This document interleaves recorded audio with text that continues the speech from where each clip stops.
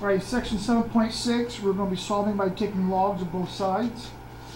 The reason why we got to take logs to both sides is because here the bases cannot be written to be the same. Sorry for my dirty fingernails. Alright, I was mulching yesterday, and I was thinking about going goth, but we'll see. Alright, so what we have to do is we've got to get this x out of the exponent in order to solve that. So in order to do that, we take logs. So I'm going to take log of 2 to the x equals log of 7. Now this right here, which is the exponent, can now be moved down to become the coefficient. Now I can solve for x because I can divide both sides by log of 2.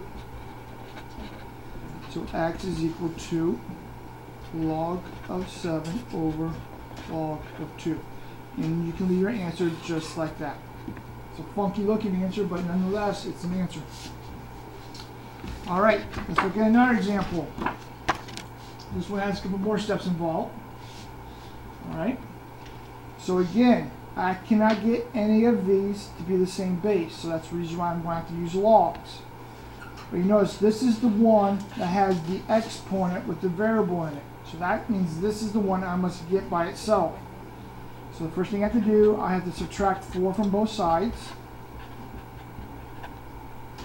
So 21 minus 4 was 17. Yeah, 17. I have to use my fingers there. Alright, now, again, I cannot get these to be the same base. So therefore, I'm going to go ahead and take logs of both sides.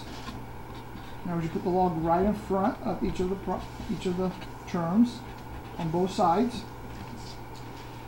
Now, this right here is my exponent. Now it becomes my coefficient. So we have 2x minus 3. I'm going to put that in parentheses because this whole thing goes to the front.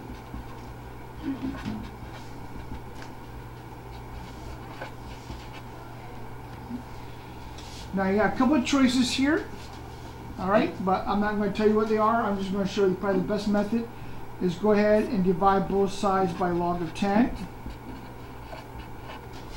So you got 2x minus 3 is equal to log 17 over log 10.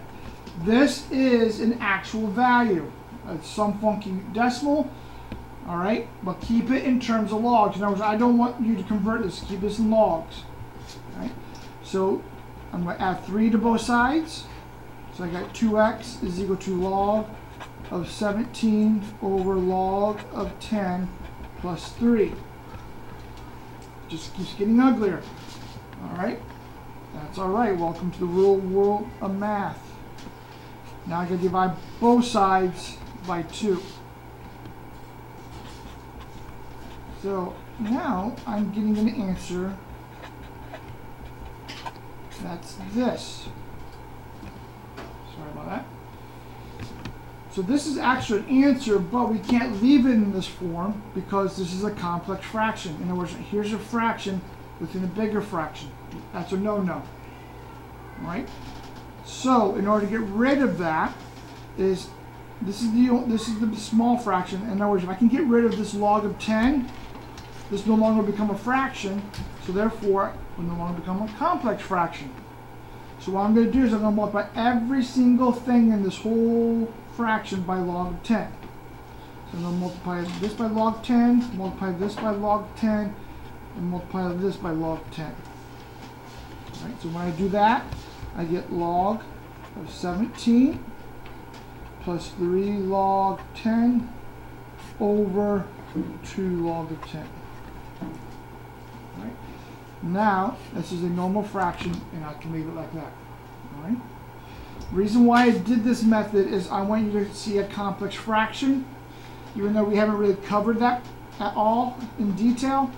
But I just want you to see it because you will see these on the SATs, AccuPlacer, and all type of college entrance exams. So I just want you to at least get a chance to see what a complex fraction looks like. Okay.